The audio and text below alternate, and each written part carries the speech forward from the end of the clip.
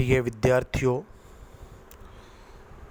हमने पिछले 2 व्याख्यानों में पंजाब में महाराजा रणजीत सिंह से पूर्व जो सिख मिसलें थीं, किस प्रकार से सिख मिसलें अस्तित्व में आईं, वो हमने पिछले 2 व्याख्यान में किया।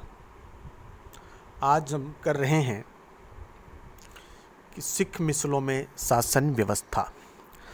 पंजाब में अफ़गानों के शासन का अंत होने पर सिखों ने स्थायी रूप से सत्ता प्राप्त कर ली थी और राज प्रबंध उन्होंने अपना प्रारंभ कर लिया था। यह बात उनके अपने नाम से लगातार मुद्रा जारी करने से सिद्ध होती है, क्योंकि वो लोग जो है अपनी उनकी करेंसी थी, वो करेंसी उन्होंने जारी की हुई थी। इससे मालूम चलता है कि वो लोग उनकी जो प्रभुसत्ता थी, वो जो प्रभुसत्ता थी उनकी अपनी थी, उन पर कोई और शक्ति उन पर कार्य नहीं कर रही थी, बिल्कुल स्वाधीन थे वो।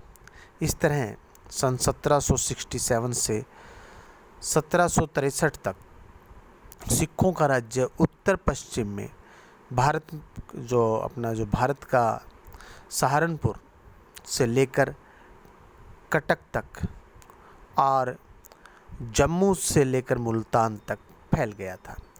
इस समय में और इसके पश्चात महाराजा रणजीत सिंह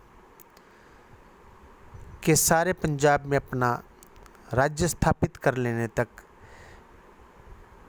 इस इलाके में मिसलदारी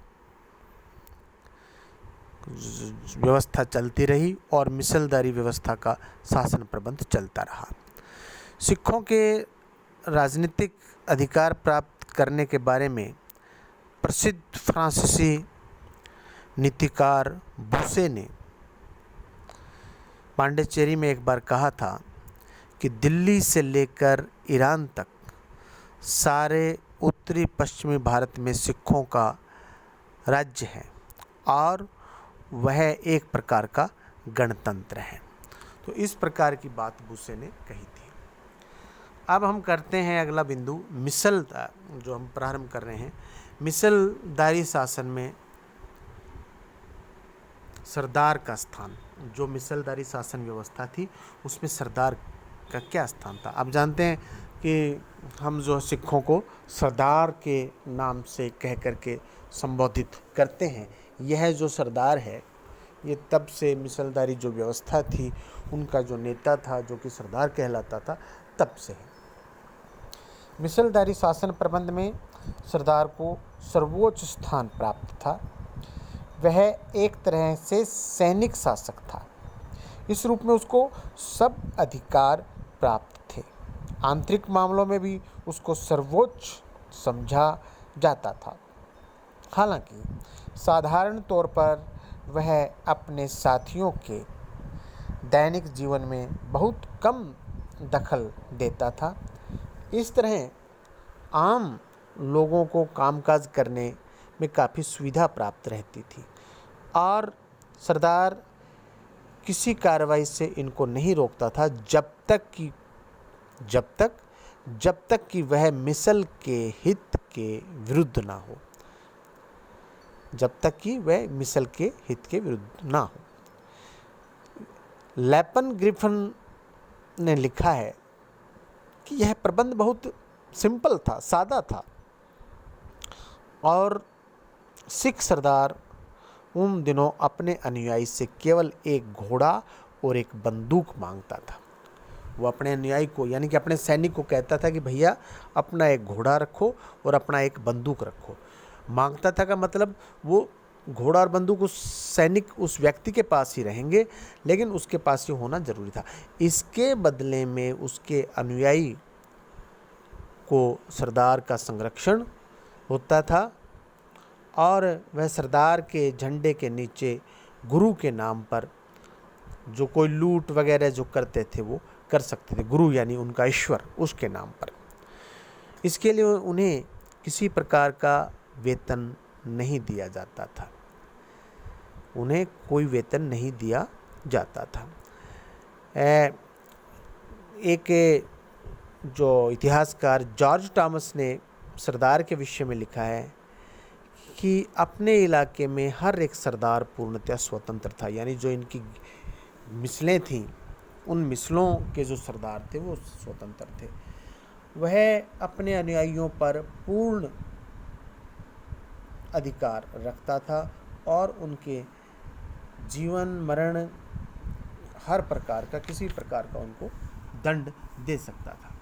अनुयायियों की संख्या बढ़ाने के लिए सरदार बाहर से आने वालों को प्रसन्नता से संरक्षण देते थे और उनको सेवा भाव से अपने जो मिसल है उसमें रखते थे।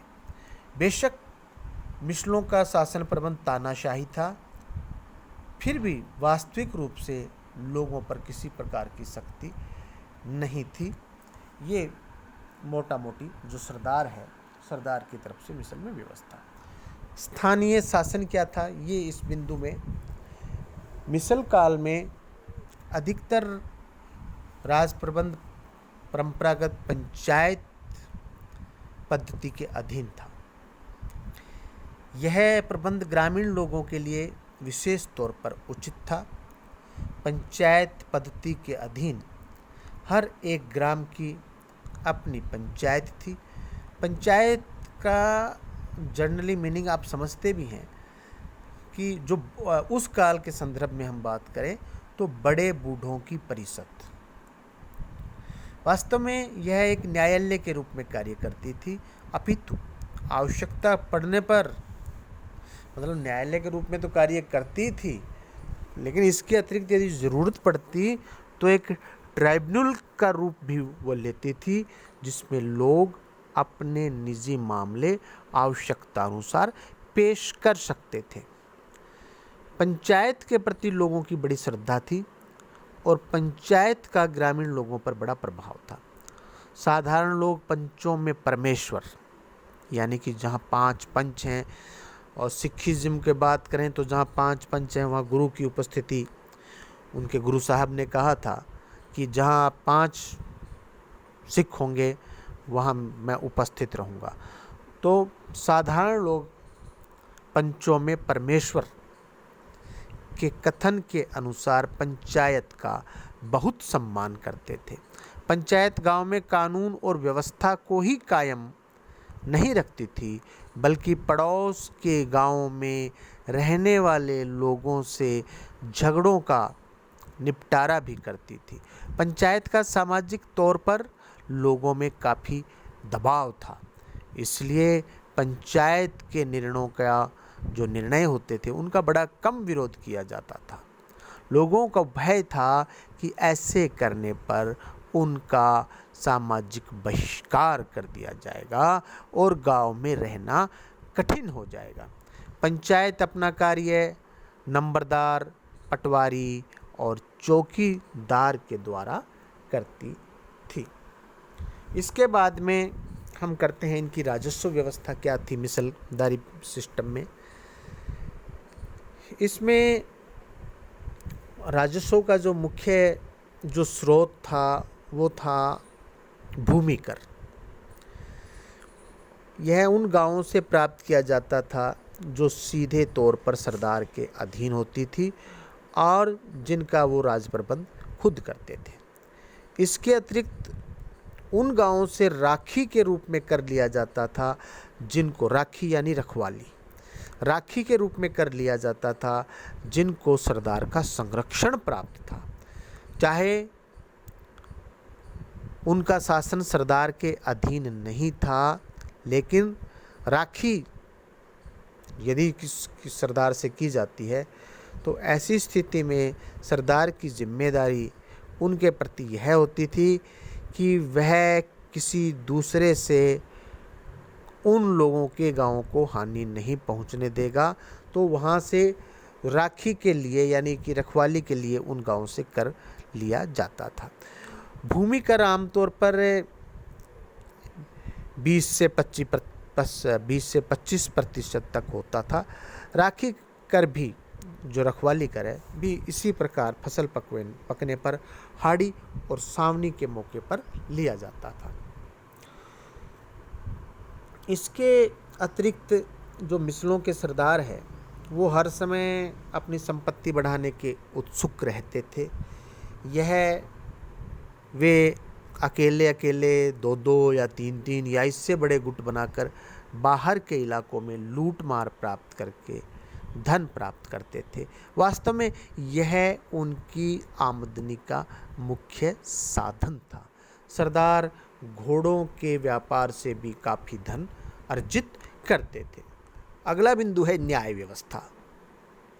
मिसल काल में कोई विकसित या संवैधानिक न्याय प्रबंध नहीं था।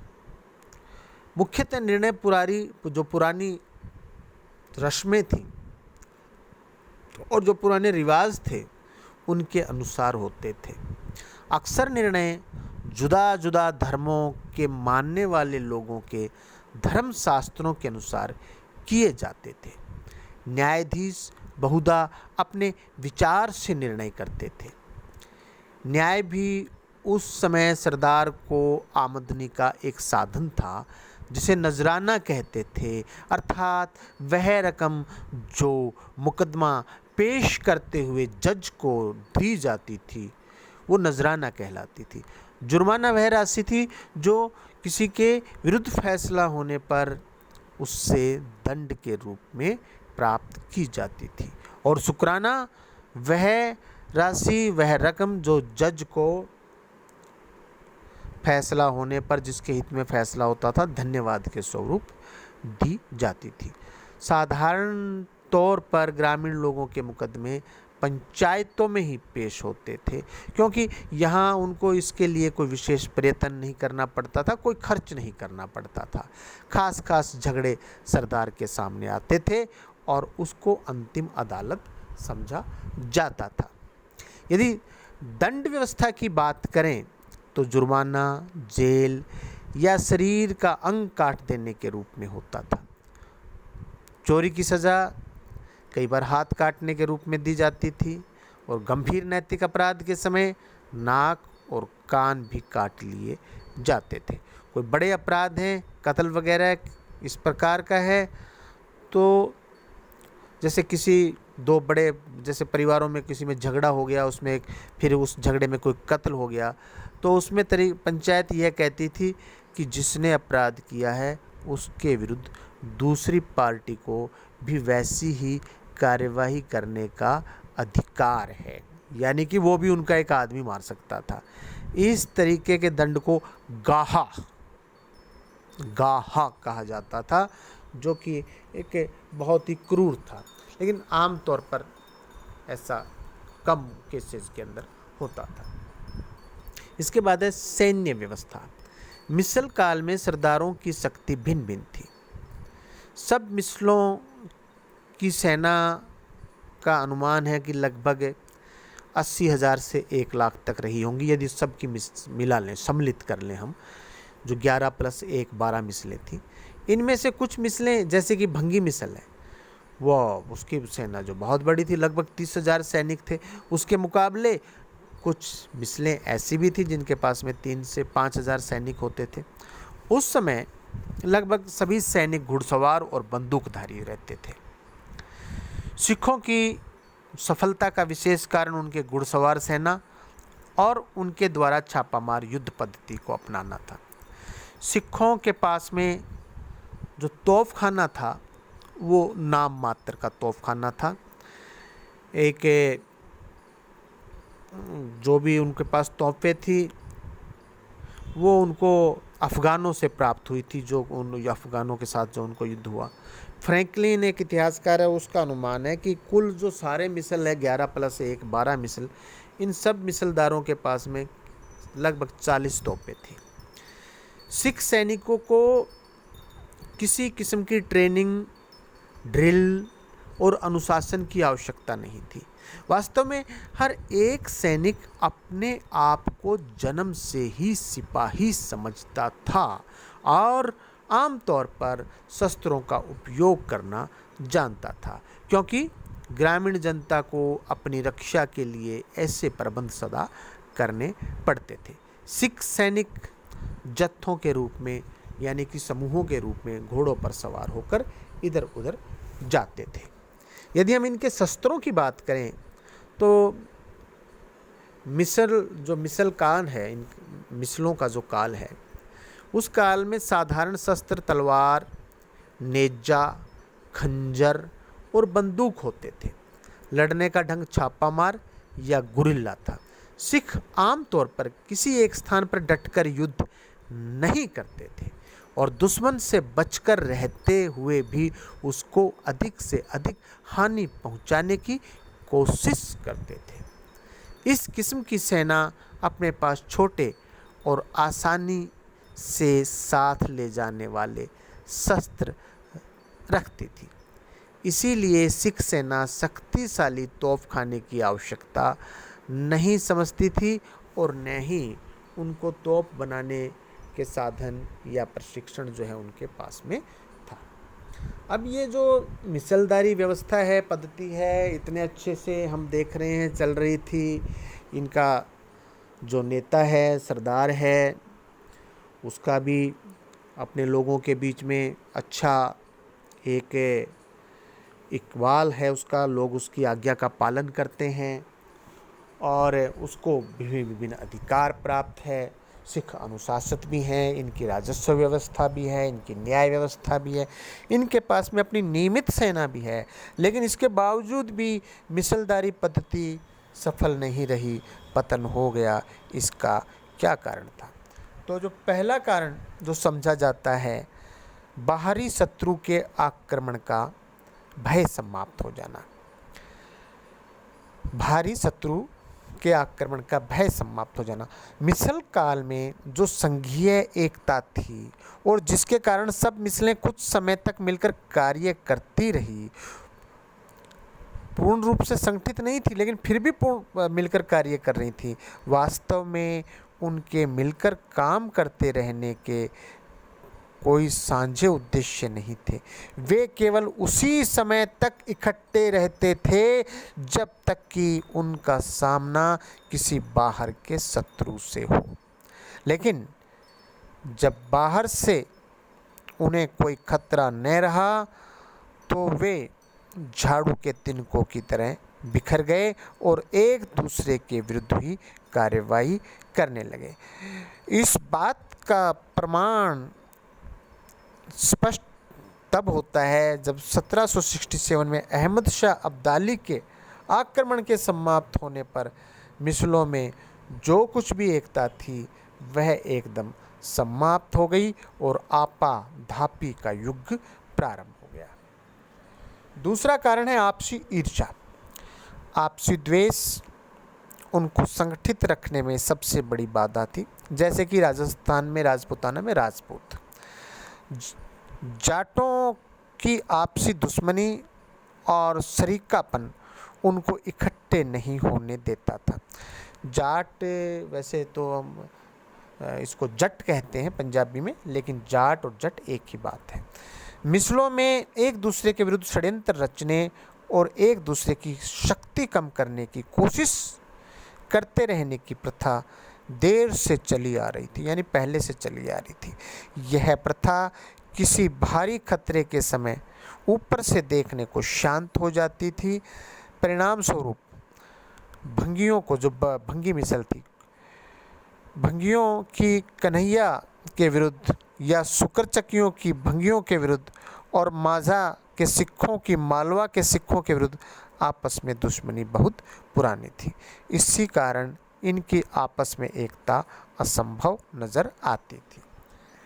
तीसरा कारण है केंद्रीय संस्था का अभाव। सिख मिसलों में कोई केंद्रीय शक्ति नहीं थी जो सबको अपने अधीन रख सके और उनमें एकता कायम रख सके। गुरमता जो कि एक संकटकालीन संस्था थी और जिसका पंथ के संरक्षण के लिए सब मिसलें सम्मान करती थी, वह अधिक समय तक नहीं चल सकी। बाहरी खतरा दूर होने पर गुरुमता का प्रभाव भी कम होने लगा। जैसा कि प्रसिद्ध है, अब्दाली के हमलों का अंत होने पर गुरुमता बुलाने की आवश्यकता ही नहीं समझी गई और मिसाल के तौर पर 1805 में महाराजा रणजीत सिंह के गुरुमता बुलाने पर किसी सरदार ने भी उसका निमंत्रण स्वीकार नहीं किया था। इस तरह किसी केंद्रीय संस्था का अभाव मिसलदारी पद्धति के पतन का एक प्रमुख कारण था। अगला जो बिंदु है, सभी मिसलों के जो सरदार है उनका महत्वाकांक्षी होना और सर्वशक्तिमान बनने की चेष्टा करना। सभी मिसलों के सरदारों की अन्य मिसलों की अपेक्षा सर्वशक्तिशाली बनने की बड़ी प्रबल एक उनकी भावना, इच्छा उन सब में विद्यमान थी। किसी मिसल का सरदार दूसरी मिसल को अपने बराबर नहीं समझता था, जैसा कि राजपूतों में होता था, और हर कोई सारी सत्ता अपने हाथ में लेने की भ्रष्ट कोशिश में लगा रहता था। इसीलिए इनके बारे में बिल्कुल ठीक कहा गया है कि मिसल काल में जो सिख सरदार अपनी स्वतंत्रता के लिए सब कुछ न्योछावर करने वाले सेनानी थे और राष्ट्रहित के लिए जान देने के लिए तत्पर थे, बाद में स्वार्थ और एक दूसरे को कुचलने वाले सरदार बन गए। धार्मिक श्रद्धा के स्थान पर राजनीतिक लालसा, राजनीतिक महत्वाकांक्षा प्रबल हो उठी। अगला बिंदु, राजनीतिक जब इनको सत्ता मिल गई तो जो सिख सरदार हैं उनका जीवन आलसी और आराम तलब हो गया। अगला जो बिंदु है, सरदारों का जीवन आलसी व आराम तलब होना। राजनीतिक सत्ता प्राप्त होने पर सुख और आराम का जीवन प्रमुख रूप से उनका उद्देश्य हो गया था। सरदार बहुत सी निजी और सामाजिक बुराइयों का शिकार हो गए थे। धर्म के लिए कार्य करने के स्थान पर अब वे धन संपत्ति बटोरने के काम में लग गए थे। ऐसी अवस्था में जब ये इन्होंने बिल्कुल पुरुषार्थ इन्होंने छोड़ दिया था और पुरुषार्थ छोड़ दिया और आलसी हो गए, तो नई एक जो कर्मठता होती है वो कर्मठता जो है इनमें समाप्त हो गई। तो एक अंग्रेज़ यात्री फॉरेस्टर ने 1783 में लिखा कि जब उसने उत्तर भारत की यात्रा की, वह लिखता है कि हम देखेंगे कि कोई साहसी सरदार अपनी योग्यता और सफलता के आधार पर अपने साथियों को अपने अधीन अपनाकर मिसलदारी पद्धति के स्थान पर अपने आप को पंजाब का महाराजा या पंजाब का किंग बना लेगा। ये बहुत महत्वपूर्ण बात इस इतिहासकार ने इसने लिखी है। फॉरेस्टर ने, अंग्रेज़ जो यात्री था फॉरेस्टर, ये मतलब पहचान गया था सिखों के चरित्र को कि ये इतने आराम तलब हो गए हैं, इतने आलसी हो गए हैं कि इनको कोई भी, यदि कोई एक ताकतवर नेता आ गया तो वो इनकी मिसलों को ख़त्म कर देगा और इसके स्थान पर एक स्टेट बना लेगा। बहुत महत्वपूर्ण ये भविष्यवाणी की। यह भविष्यवाणी महाराजा रणजीत सिंह के सारे पंजाब के एक छत्र महाराजा के रूप में सही साबित हुई।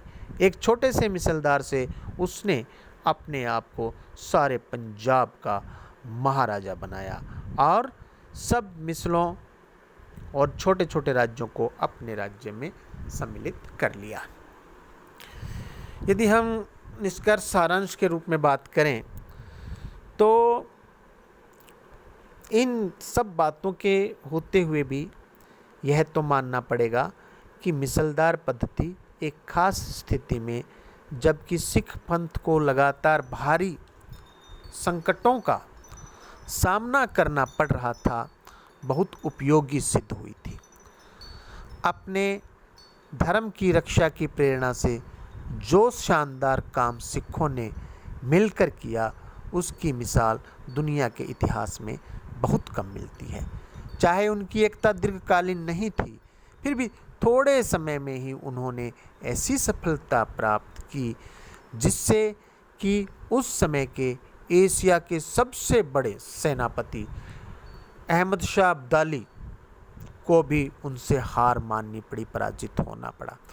उसके पुत्र को जब यह प्रेरणा दी गई कि वह भी पंजाब पर आक्रमण करे, तो उसने बिल्कुल सत्य कहा था कि मेरे दादा ने पंजाब पर आक्रमण करके क्या प्राप्त कर लिया।